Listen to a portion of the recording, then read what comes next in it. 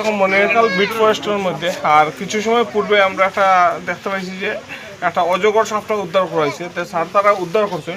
তো স্যার এই অজগর সাপের বিষয়ে আপনারা বা উদ্ধার যেটা করছেন এটা বিষয় একটু তুলে তুলে পারলো দর্শকদের মধ্যে।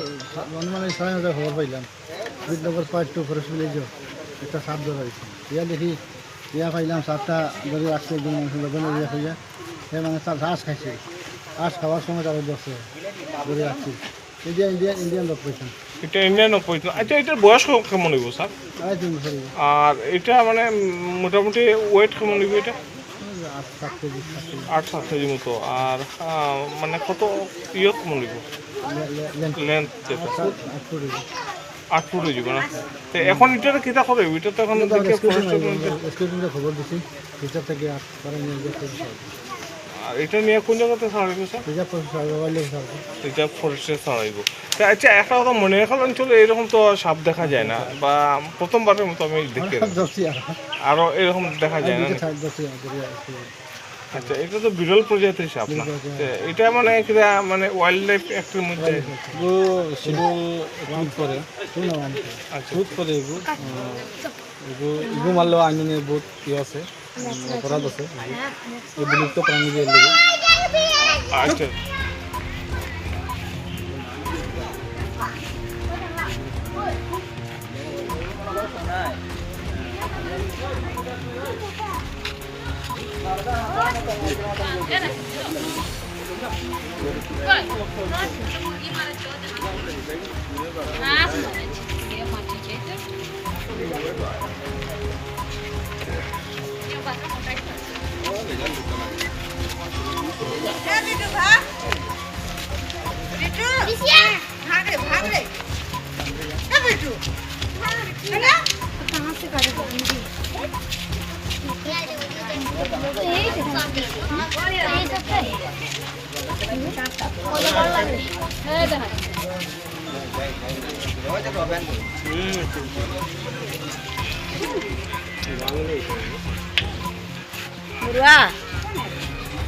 কত বড় সাপটা?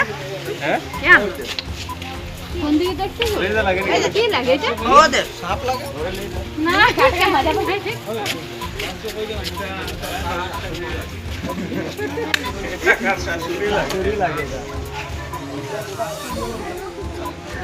কেমন করে ধরলাম না? ভিডিও করতে